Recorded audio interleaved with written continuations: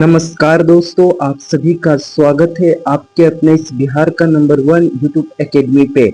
जी हाँ दोस्तों, class 10th chemistry chapter 3 धातु और अधातु, मेटल एंड नॉन मेटल का 20 टॉप ऑब्जेक्टिव क्वेश्चन लेकर के आए हैं दोस्तों।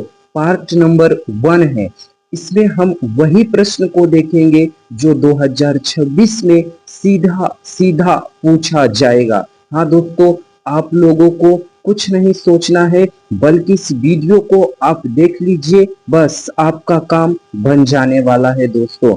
आप वीडियो के अंत तक जरूर हमारे साथ जुड़े रहिए, क्योंकि मैं अंत में ही बहुत अच्छे अच्छे ऑब्जेक्टिव क्वेश्चन आते हैं दोस्तों, है ना। और वही प्रश्न आते हैं जो बिहार बोर्ड में कम से कम 3 बार पूछे जा चुके हैं। मैं वही प्रश्न को लाया हूँ। चलिए हम अपने पहले फर्स्ट क्वेश्चन पे चलते हैं। हमारा पहला प्रश्न है, निम्नलिखित में से कौन अधातु है?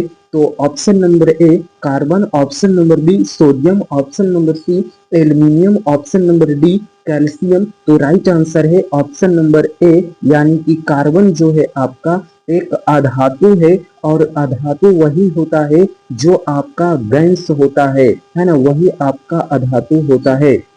हमारा नेक्स्ट प्रश्न है, निम्न में से कौन सा उपधातु है? तो option number A zinc, option number B calcium, option number C gallium G, option number D carbon C. तो राइट आंसर है ऑप्शन नंबर सी, यानी कि जी हो जाएगा राइट आंसर। हमारा नेक्स्ट प्रश्न है,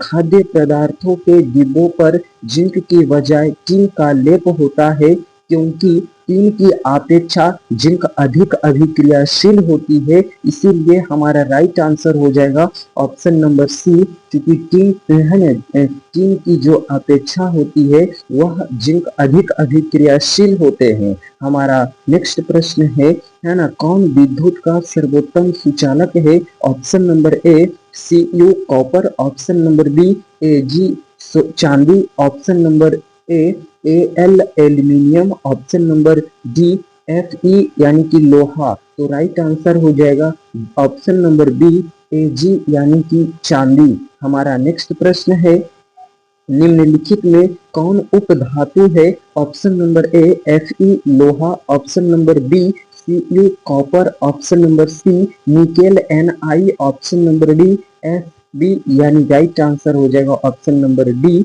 हमारा नेक्स्ट प्रश्न है, हमारा अगला प्रश्न पीतल है ऑप्शन नंबर ए धातु, अधातु, मिश्र धातु, उपधातु। तो राइट आंसर हो जाएगा ऑप्शन नंबर सी, यानी कि पीतल एक मिश्र धातु है। हमारा नेक्स्ट प्रश्न है, तो निम्नलिखित में से कौन आयनिक यौगिक है? तो हमारा आयनिक यौगिक जो है वह कैल्शियम क्लोराइड है, यानी option number C right answer है। हमारा नेक्स्ट प्रश्न है, निम्न में से कौन सा पदार्थ ऑक्सीजन से संयोग नहीं करता है?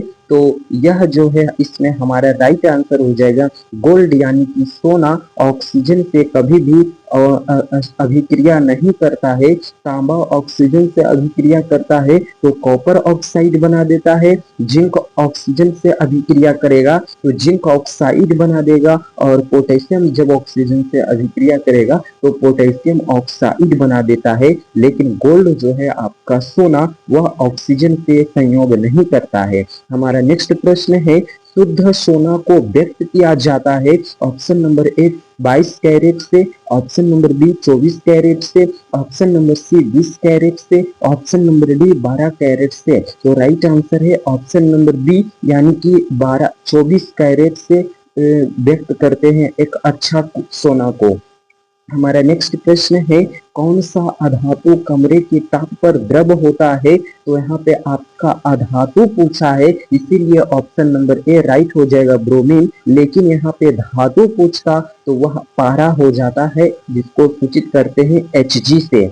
हमारा नेक्स्ट प्रश्न है, सीसा और टीना की मिश्र धातु को कहते हैं? तो सोल्डर कहते हैं, यानी ऑप्शन नंबर ए हमारा राइट आंसर है। हमारा नेक्स्ट प्रश्न है, निम्नलिखित में से किसे चाकू से काटा जा सकता है? ऑप्शन नंबर ए लिथियम धातु को, ऑप्शन नंबर बी कैल्शियम धातु को, option number C copper, option number D iron. तो हमारा राइट आंसर है ऑप्शन नंबर ए लिथियम धातु को चाकू से काटा जा सकता है ना। इसमें हमारा राइट आंसर था ऑप्शन नंबर ए यानी कि लिथियम धातु को।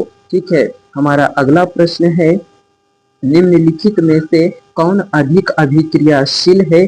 तो कॉपर जो धातु है यह अधिक अभिक्रियाशील है, यानी ऑप्शन नंबर ए राइट आंसर हो जाएगा। हमारा नेक्स्ट प्रश्न है, निम्न में से कौन अधातु है? तो ऑप्शन नंबर ए Fe लोहा, option number B carbon, C option number C Al aluminium, option number D Au यानी कि सोना। राइट आंसर है ऑप्शन नंबर बी यानी कि कार्बन सी। हमारा नेक्स्ट प्रश्न है, तो कार्बन क्या है? यहाँ पे आपका कार्बन हो जाएगा, मैं यहाँ पे लिख देता हूँ, ये जो है आपका यहाँ पे कार्बन है। ठीक है, आपको घबराने की कोई जरूरत नहीं है, यहाँ पे आपका कार्बन था। तो हमारा इसका राइट आंसर हो जाता है कार्बन जो है यह एक अधातु है, यानी कि option number B right answer हो जाएगा। अधातु है क्योंकि यह एक गैस है, और गैस जो भी है वह सब के सब अधातु होते हैं। हमारा नेक्स्ट प्रश्न है, सिलिका क्या है? तो इनमें से कोई नहीं, option number D right answer हो जाता है।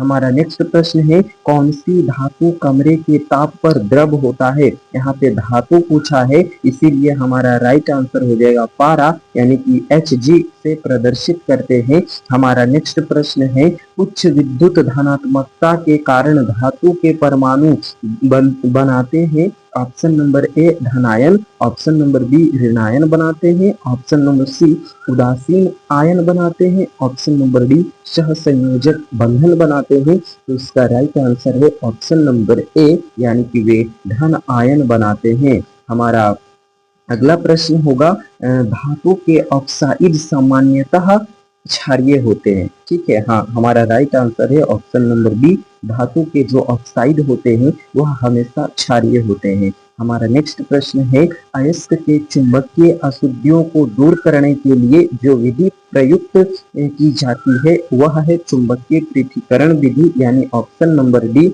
हमारा राइट आंसर हो जाएगा। तो प्यारे बच्चों, कुल हमारा 20 ऑब्जेक्टिव प्रश्न थे जो कि काफी महत्वपूर्ण प्रश्न थे, और वह प्रश्न थे जो बिहार बोर्ड में लगभग 3 बार पूछे जा चुके हैं। मैं वैसे प्रश्न को छाट कर स्पेशली लाता हूं जो 2026 में सीधा सीधा मैच कर जाएगा। जी दोस्तों, आप एक बार पढ़ के तो देख लीजिए, उसके बाद कहिएगा। हाँ दोस्तों, आपसे हमारे वीडियो के अंत में बना रहा, इसके लिए मैं आपको बहुत बहुत धन्यवाद देता हूं। दोस्तों, वीडियो अच्छी लगी तो लाइक अवश्य करें, चैनल पे नए हैं तो चैनल को सब्सक्राइब जरूर कर लीजिए दोस्तों, है ना। ज्यादा से ज्यादा शेयर भी करने का प्रयास कीजिए, है ना। धन्यवाद दोस्तों।